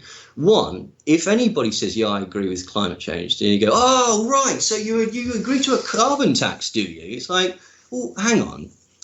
Conceivably, you could disagree, agree with the first position, but disagree with the second position. So it seems to me a bit disingenuous to always tie the solution in with the discussion of the problem. And that troubles me. And the second thing that troubles me is, and again, outside of this, I have no opinion one way or the other because I don't care. If it's all a hoax and stuff like that, does that mean that the plucky Exxon, Mobil, Valdez and Coke Industries and all of these people, Shell, they're somehow the good guys? It's a paradox. You see, this is the problem. It's a paradox of gigantic proportions. Yeah. And you know what you can be sure of, right? Okay, someone's going to, it's not your fault, it's not my fault, and someone's going to make some money out of it, okay? But there's a lot of high emotion that is sort of floating about, and it's and that's just it. From a purely someone who's interested in marketing and mind control and stuff like that, looking at it from a position of not giving a flying shit, right? I go, that's interesting. The way that the argument is always construed like that. That's interesting that you've got that essentially, because we don't like big business. There's only 2 areas in conspiracy world where we like big business: guns and climate change. Yeah, but I don't. You see, look. Maybe I'm the last man standing. This is not bigging myself up now, but of course I don't endorse and never have endorsed big business, big corporations. No, of course not. And it is a paradox that these companies benefit if we don't clean our act up. My complete rejection of climate change theory is because of them basically fiddling with their own models. Because great climatologists who have no connection whatsoever, and meteorologists and physicists, Piers Corbyn being one of them, who've got no connection to any of these industries, have pretty much debunked it. The atmosphere is only made up of 0.034% of carbon anyway. Termites make more carbon than we do. It's fucking bullshit. And I believe I won't say hoax, it's an agenda to transform human civilization to make us more controllable to make us more easy to manipulate. And I know I get called a crazy conspiracy theorist when I say that, but I don't say it because I've got any sympathy for the companies you named, because I certainly do not. Neil Sanders is our guest. I didn't suggest for a second that you did. I just think that it is a strange paradox to this. It is, isn't it? To be on the same side as these people. It's very interesting the way that entire swathes of people can be manipulated into any idea. Any idea, and hence then we come to what we'll finish up with today. Thanks for your time again today. I really appreciate it. And I want to give a big shout out again to Richard Willett and the documentary Extreme Hypnosis, Extreme Danger. I think I got that right, didn't I? Neil, Richard was kind enough to send me a preview. It is excellent. Neil features in it, as does Jonathan Riley, was on the programme. Love these independent films that are produced so well. Great production values on subjects as important as these. They really are. So check it out. It's on Amazon. Go to the websites. I'll put a link out to where you can find Richard online and the website as well. But I want to talk about this thing I mentioned to you on Skype today, which is really getting under my skin.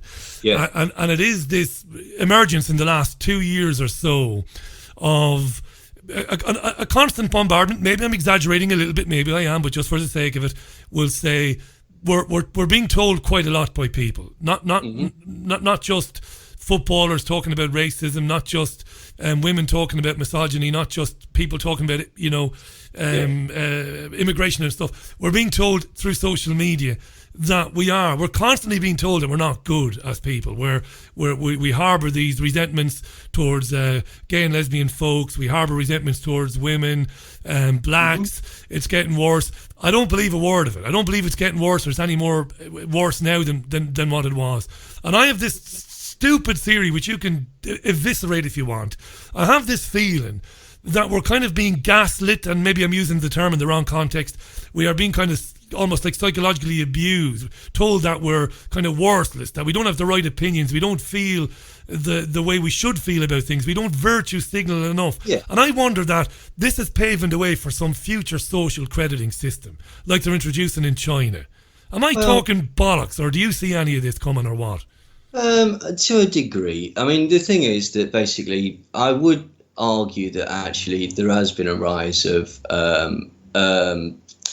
what could be considered sort of hate crimes, just by looking at the statistics, cold hard statistics, not listening to CNN, not looking at The Guardian, not looking at Fox News or anything like that, just by actually looking at the statistics. And I think you would find that there is. But I would couch that because that's because basically you've got a presidency and you've got a series of political parties that are being egged on and connected via Cambridge Analytica to far-right groups like National Action and such like that. They are encouraging this violence to create this tension, so that basically it sells their propaganda harder on both sides of the spectrum. So that's the thing. I don't agree that people in general have become more hateful, but I would argue that I think. Now, the other thing is, just to counter that, is that's because we're living in this ridiculously woke society. What does that mean now? What does woke society mean? Because a lot of listeners see this term woke. It's become basically one of these stupid things that like anything, where like it's basically the concept of being aware, of being sort of it started off by being basically people that are aware of the systems that we're being lied to and stuff like that, and then it sort of morphed to basically be somebody who is totally sort of for want of a better phrase, politically correct, aware of the possible offence that could be caused by any interaction and situation, and it's the idea of being a good person, as you said, a good person in society, somebody who stands up and blah, blah, blah. And the thing that's annoying about it is that basically, well, you really can't argue against any of these points. Like, you should be a nice person. You shouldn't persecute somebody for the colour of their skin or their sexual orientation or the amount of money that they have in the bank or anything like that. But for fuck's sake, settle down. Because what everyone's doing is, as you say, they're using it as a talisman. man to say, look at me, I'm a brilliant person. It's like all these people that put, I've been saying this for years, like all these people that put, I've given to this charity, and they put it on Facebook. You know what? Just give to the charity, right? What you're trying to do there is impose the idea of, I'm the type of person that does this sort of thing. And I think this ties in again with the concept of social media, because basically people live their entire lives through affectations and posts. Yeah. And so there's got this entire, it's an image, it's a marketing plan, it's a total 100% campaign all day, every day for Project You. And so you get these things, particularly with celebrities, particularly with idiotic celebrities, where they're going to say things that basically seem like the right thing to say, but don't actually have any substance. They're never going to back any of it up. And a lot of the time as well, it's just woke advertising, basically. It's there to create a conversation loop, like with Nike or with Gillette or whatever. They don't give a shit about racism. They don't care. They have slave labour. Don't they? Yeah, around the world. They don't care about things. They're a capitalist venture. They did that to make you angry, and it worked because it added $6 billion to their company. Because every time you mention it, same thing with Greta Thunberg. This is what I was trying to get across. Every time you post a nasty thing about it, it just regenerates a different conversation that ever so slightly moves it away from what the original conversation was. And the only thing that happens is you get brand identity. You get Nike, Gillette. Leo DiCaprio said this. Leo DiCaprio is so nice. Oh, the idea of Leo DiCaprio. And it's bollocks. So yeah, the thing about this concept of gaslighting is you do get gaslighting. You get gaslighting by people basically, this wokeness. Look at me, or you should do this. I'm doing this, and blah blah blah. 9 times out of 10, it's either a lie or provably hypocritical. And this is compounded by the fact that you're getting gaslighting of gaslighting. For example, Rudolph Giuliani, who will say one thing and then 10 minutes later, 84 seconds later, say the opposite, and then deny that he said the first thing on live television, which seems stupid. Trump does it too. It seems stupid. What that does is it basically means whatever they say from then on, paradoxically, they're telling the truth, because you can show that clip that supports it. And before you can say, yeah, but they contradict. Oh, I'm not listening. I've already proved you right. Doesn't matter, yeah. And that's how people react. That's how people interact with one another on social media. Yeah. One of the things that I was getting at was a constant stream of people telling us that we're not doing enough to combat homophobia. Look, all of us that have been around long enough and worked in the media, we've all got good friends that are gay. We all have. Yeah. This is not virtue signaling. We can name them, and they're good pals. And you know, we speak, and I said, where's this coming from? There isn't. I don't believe there's any subconscious rise of revulsion or distrust of gay men and women. What I do think is happening is that the big brother nanny state that wants to control everything is doubling down on creating vulnerable groups that must be all this crap, right? They want to make people feel bad and scared about absolutely every aspect of life. And again, it's coming from, sometimes it's coming from where basically people are trying to raise awareness in a really good way, and sometimes that's flipped and sort of hammered on you in a way that is gaslit by, I don't know, let me just use a Brexit example, right? Okay, the 350 million on the bus, the idea that Turkey was joining, all these fucking stupid memes about the Lisbon Treaty in 2020, all of them provable lies. Like, absolutely 100% lies. We could even get into sort of campaign promises, but it'll probably cause a bit of an argument, so let's not. I'd argue with you, there's no need for that. We're getting on so well. Absolutely. Again, I have very little say in anything, so it doesn't really matter what my position is. But so this is the problem. You know what it is, right?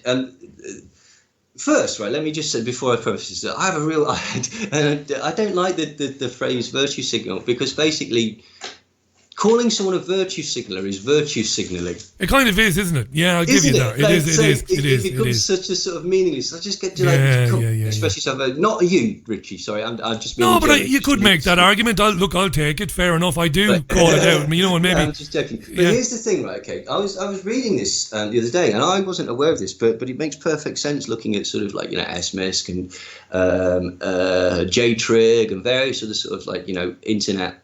Social media style manipulation campaigns and stuff like that. The maneuver within, I found a document the other day, the maneuver within the sort of psychological warfare operations has moved away from the sort of mind control that we used to know, these MK Ultra and that type of thing. The big sort of thing that's running at the minute is what's called cognitive warfare or information warfare. Right, and what this is it's narratives. And what really struck me about this is it's exactly the same as the Walter Lippmann concept of painting pictures in people's heads. The idea that basically if you tell somebody that there's a lump of metal that looks like gold, they'll act like they've found gold because everybody gets their sort of understanding of the world from sort of preconceived, from other places, unless you have a real interaction with that. And the idea that Lippmann put forward was that basically if the elites of society can paint the pictures in people's heads and make us understand how the world is before we even get there, then they've got us, because they can basically manipulate us in any way. Like, for example, if they tell you that the end of the earth is flat and the end of the earth is just over that hill, you'll never go over the hill because you fall off. Okay, that's a very glib example, but that is the concept of painting pictures in your head. And this was, to say, Walter Lippmann, who's closely aligned with Edward Bernays and Tavistock and such like that.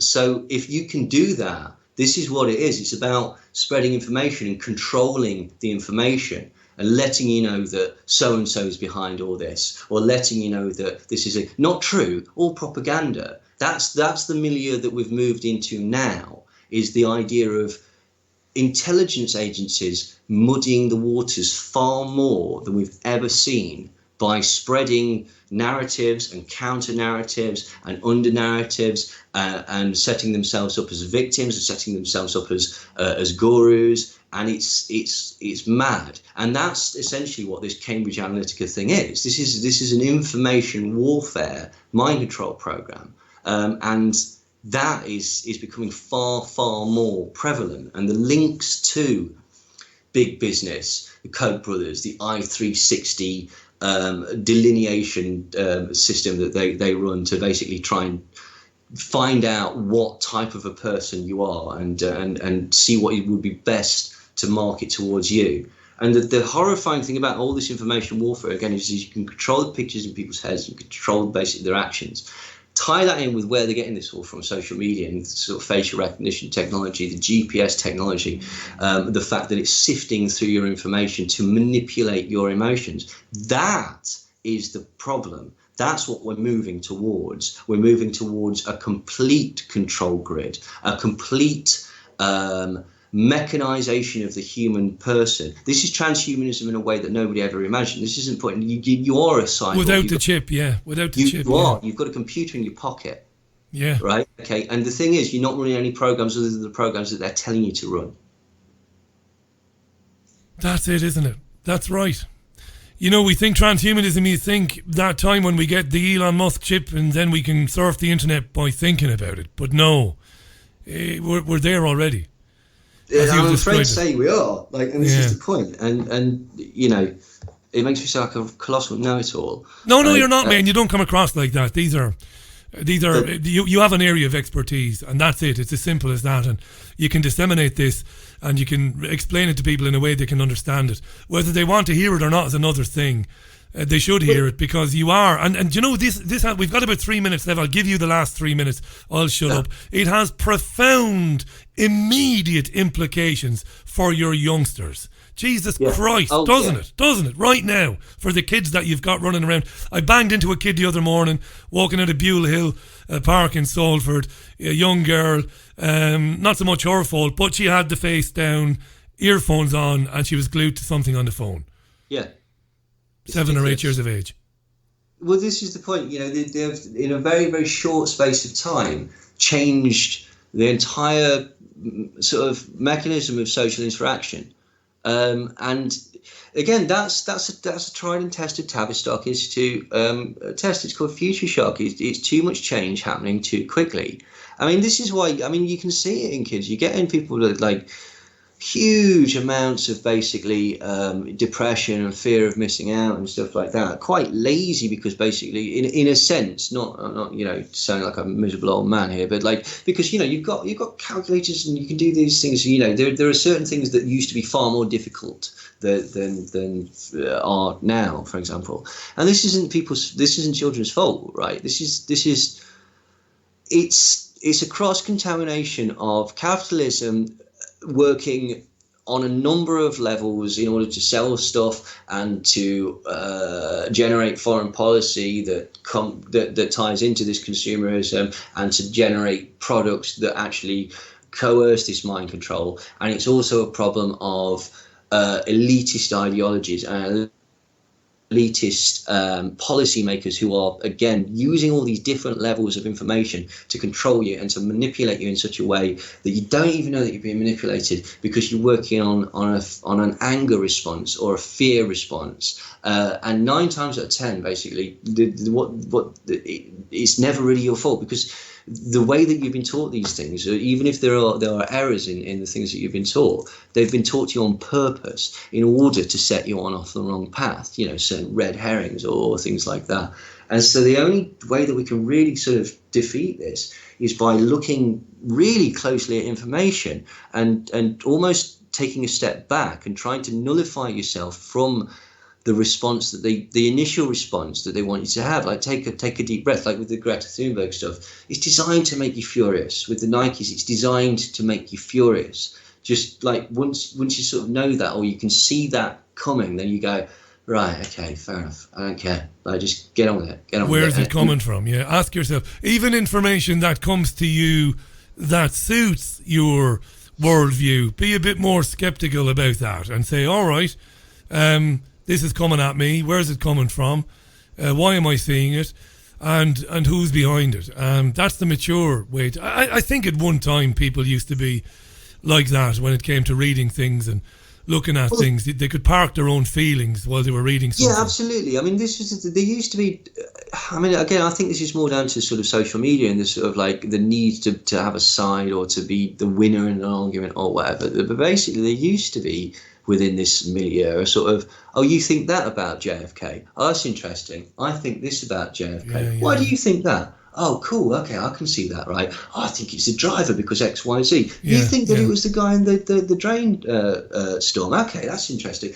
And, it's a conglomeration of let's find out what... It used to be a search for the truth, not telling everybody what the truth is. That's the brilliant way to end it today, mate. Cheers for coming back on the programme. Congratulations, by the way, on the blog. It's exceptional. I wish it was serialised in the Times. Well, it's where it belongs, It's going to be a book, right? It's out as a book, Richie. Yes. I'm releasing it as a book called Cambridge Analytica, The Data Deception and the Web of Popularism. But it's going to be quite a short run. Like it is on there, you can read it for free. There's an audio file as well for about $5, so you can listen to the whole podcast, which takes about 7 hours. And then I'm releasing it as a book, but just because some people find it a lot easier to take in as a book, you can. Well, thank God, some people still that were left that we are still on the earth. People who like to read books.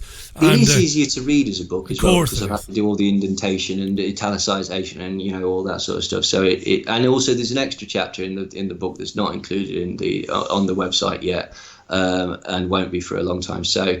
But yeah, if you don't want the book, you can read the blog, and if you don't want to read the blog, you can listen to it. If you're not interested at all, then that's cool. Well, I'm happy to endorse it. So when it's ready for when it's out there and available, just come back on and we'll do a general chat again because it never gets dull. And not only does it not ever get dull, but there are always things happening in between the times you come on and speak to us. Totally. Yeah, absolutely, mate. It's mental. It'd be very interesting to see what happens. As I say, like I think you may well be right that he may have scuppered himself, but I also think that it basically shows that was the length Boris Johnson was willing to go to try and get no deal, and he still might get no deal. Listen, mate, if we don't leave, as I have believed in my bones since forever, it doesn't make any of what you have written or said any less important or compelling or any less right, because it is right. Doesn't matter what happens. You've got two dreadful groups of people. You've got the Eurocrats. I know they're not called the Eurocrats. And we talked about this about 2 shows ago. This almost this battle between the neocons, the Strauss students in America who see American hegemony as the be all and the end all. These Christians that you talked about, and then you have those who want to, narrow the world through unions like the European Union. None of these people are any good. None of them have humanity's best interests at heart. So that's in no way to patronise you. That's true. We absolutely are on the same page there. Oh, totally, thank you very much. As I say, what I've just done is I've found a particular angle of a particular coup that's just happened to go on at the minute. This is by no means the entire picture. It doesn't mean that anyone else's particular theory is incorrect or anything like that. It's just I have happened to focus on this particular niche issue, which I happen to think is very important. It's hugely important. Can't wait to talk again, Neil. Thanks for your help today, mate. Thanks for coming on. Always really appreciate that. Look after yourself. Neil Sanders, mindcontrol.com, extreme danger, extremehypnosis.com if you want to find out more about the film made by Richard Willett with Jonathan Royal in there. Going out with the Smiths today. This is How Soon Is Now. Thanks for listening. Until tomorrow. Bye.